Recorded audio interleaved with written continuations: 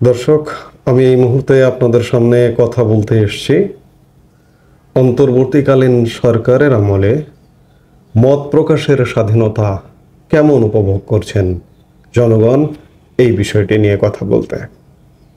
এই বিষয়টি নিয়ে কথা বলবার কারণ হচ্ছে একটি হাস্যকর জরিপ, তাও আবার সেটি আন্তর্জাতিক মিডিয়ার জরিপ আমরা দেখলাম, আমাদের চোখে পড়ল, তাই বিষয়টি নিয়ে আলাপ করবার প্রয়াস পাচ্ছে। ভয়েস অফ আমেরিকা একটি জরিপ পরিচালনা করেছে। অন্তর্বর্তীকালীন সরকারের অধীনে মত প্রকাশের স্বাধীনতা বেড়েছে বলছেন 60% মানুষ। আমি একটু বিরতি দিয়ে আপনারা একটু হেসে নিন অথবা একটু কেঁদে নিন। আমিও একটু হেসে নিই, আমিও একটু কেঁদে নিই।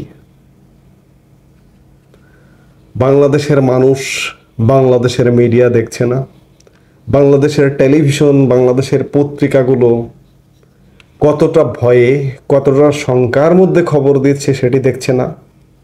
ভয়েস অফ আমেরিকা এইরকম জরিপ করেছে, এইরকম জরিপ রিপোর্ট প্রকাশ করেছে। কাদের কাছে জরিপ করেছে? তাও আবার এটি অনলাইন জরিপ নয়, কিন্তু এটি সরাসরি খবরে প্রকাশ। অন্তর্বর্তীকালীন সরকারের অধীনে মত প্রকাশের স্বাধীনতা বিগত আওয়ামী লীগ সরকারের আমলের চেয়ে বেড়েছে বলে মনে করে 60.4% মানুষ, এবং এই আমলে সংবাদ মাধ্যমগুলি আওয়ামী লীগ আমলের চেয়ে বেশি স্বাধীনতা ভোগ করছে বলে মত 61.2% মানুষের। ভয়েস অফ আমেরিকা বাংলার এক জরিপে এসব তথ্য উঠে এসেছে। গত 13 থেকে 27 অক্টোবর পর্যন্ত দেশের 8টি বিভাগে 18 বছর বা তার বেশি বয়সী 1000 মানুষের মধ্যে জরিপটি করা হয়।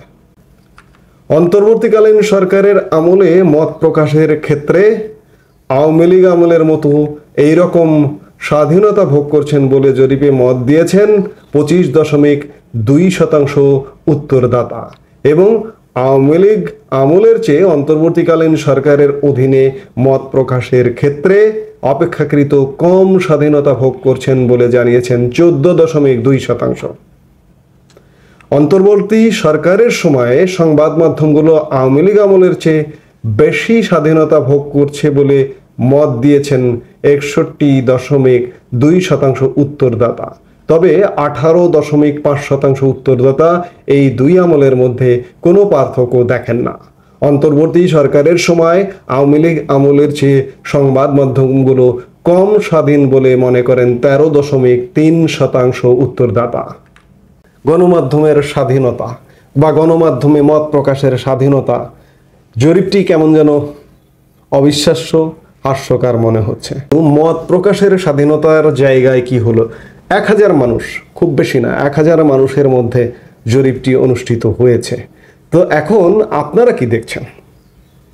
আপনারা তো আমাকেও অনেকে বলে থাকেন যে বাংলাদেশের সব গণমাধ্যমগুলো এক প্রকার কোনো রকমের দায়সারা করছে, নিউজ করছে, ভেতরের অনেক খবর প্রকাশ করছে না। যেমন আমি একটি উদাহরণ দিতে চাই, যে এই যে 5 আগস্ট যে ম্যাচাকার ঘটলো, 5 আগস্ট থেকে এতদিন পর্যন্ত আজকে পর্যন্ত বাংলাদেশে কত মানুষ নিহত হয়েছে? কোনো গণমাধ্যম সেই খবর দিয়েছে? কত লক্ষ বাড়িঘর পোড়া হয়েছে? কোনো গণমাধ্যম খবর দিয়েছে? কত লক্ষ ব্যবসা প্রতিষ্ঠান পোড়ানো হয়েছে? কোনো গণমাধ্যম খবর দিয়েছে? কত হাজার আওয়ামী লীগ নেতাকর্মীকে খুন করা হয়েছে? কোনো গণমাধ্যম খবর দিয়েছে? খবর দেয়নি। তাহলে মত প্রকাশের স্বাধীনতা কিভাবে? গণমাধ্যমের উপরে হামলা হচ্ছে, গণমাধ্যমের উপরে ডাইরেক্ট হামলা, এবং সেই হামলার কোনো ব্যবস্থা নেয়নি সরকার। কেন নেয়নি সেটি রহস্য। উদাহরণ দিয়ে বলবো, এই যে বাংলাদেশ প্রতিদিন, কালের কণ্ঠের উপরে 5 আগস্ট পরবর্তী সময়ে হামলা হয়েছে, প্রথম আলো ডেইলি স্টারের উপরে হামলা হয়েছে।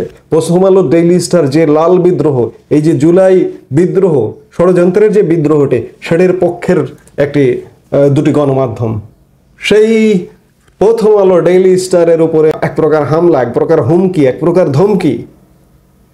সেখানকার কর্মীরা আতঙ্কে কাজ করে।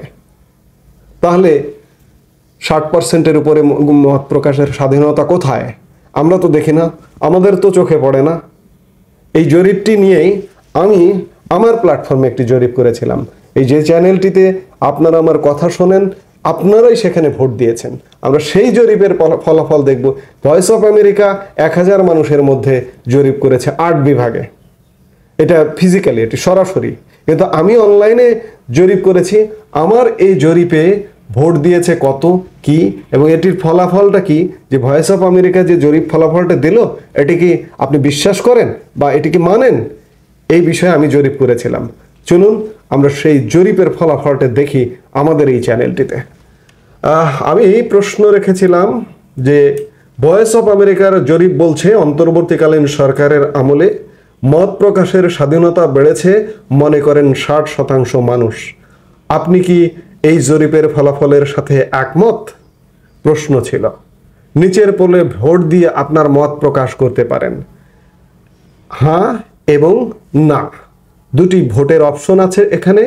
5 ঘন্টার মধ্যে ভোট দিয়েছে 5900 মানুষ।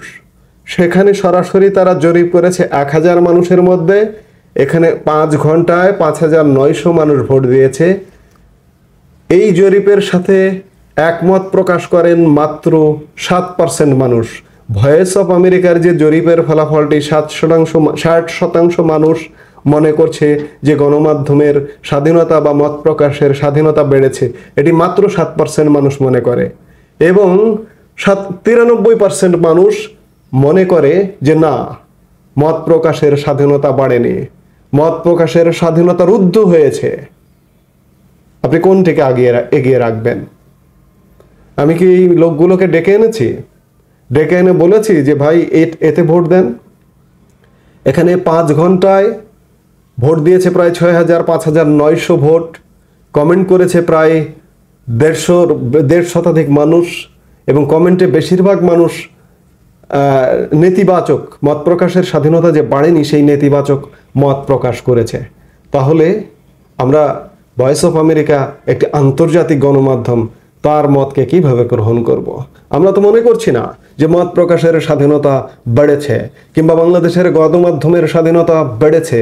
বাংলাদেশে কেউ কথা বলতে সাহস পায় না। কজন কথা বলে, নির্ভীকভাবে কজন কথা বলে? এই যে এত অন্যায় হচ্ছে, এত অপকর্ম হচ্ছে, এই যে মানবাধিকারের কথা বলা হয়, মানবাধিকার সংগঠনের কথা বলা হয়, মানবাধিকার কর্মীদের কথা বলা হয়, এই যে এত মেচাকার চলছে, বাংলাদেশের আদালতের উপর হামলা হচ্ছে, বাংলাদেশের আইন শৃঙ্খলা রক্ষাকারী বাহিনীর উপরে হামলা হচ্ছে, হামলা নেই কোথায়? গণভবন, সংসদ ভবন, বঙ্গভবন কোথায় নেই? অথচ কেউ কোনো কথা বলছে না। কেন কথা বলছে না? ভয়ে। একদিকে সরকারের ভয়ে, আর একদিকে সরকারের পেটোয়া বাহিনী, বৈষম্য বিরোধী ছাত্র আন্দোলন। বৈষম্য বিরোধী ছাত্র আন্দোলনের নেতারা তারা প্রকাশ্যে বলে যে অমুক জায়গার পরিণতি হবে, গণভবনের পরিণতি মনে করিয়ে দেয়, সংসদ ভবনের পরিণতি মনে করিয়ে দেয়। এই ভয়েও অনেক গণমাধ্যম সঠিক সংবাদ প্রকাশ করে না, এদের বিপক্ষে যাবে এমন সংবাদ প্রকাশ করে না। কারণ যদি ওই পেটোয়া বাহিনী এসে তাদের অফিস ভাঙচুর করে, যদি তাদের অফিস বন্ধ করে দেয়, যদি তাদের গলা চেপে ধরে, কণ্ঠরোধ করে এই ভয়ে, তাহলে বলবো যে সরকার এবং সরকারের পেটোয়া বাহিনী বলতে বৈষম্য বিরোধী ছাত্র আন্দোলনকে বলতে কোনো দ্বিধা নেই। কারণ শান্তি চাই, শান্তি প্রতিষ্ঠা। মানুষ কেন ভয় পাবে? আমরা একসময় ছাত্রলীগের সমালোচনা করতাম। এই যে আন্দোলনটি যখন শুরু হয়েছিল, ছাত্রলীগ যখন এদেরকে দমন করতে আসলো, তখন কিন্তু আমরা অনেকেই ছাত্রলীগের সমালোচনা করেছিলাম। ছাত্রলীগ তো এদের তুলনায় অনেক ভালো। আমি আজকে ছাত্রলীগের প্রশংসা করব। আমি ছাত্রলীগের বিগত 2.5-3 দশকের যে রাজনীতি, এই রাজনীতির সাথে আমি একমত না। আমি ছাত্রলীগের এই রাজনীতিকে সমর্থন করি না। কিন্তু আজকে যে ঘটনা ঘটছে তার থেকে ঢের গুণ ছাত্রলীগ ভালো।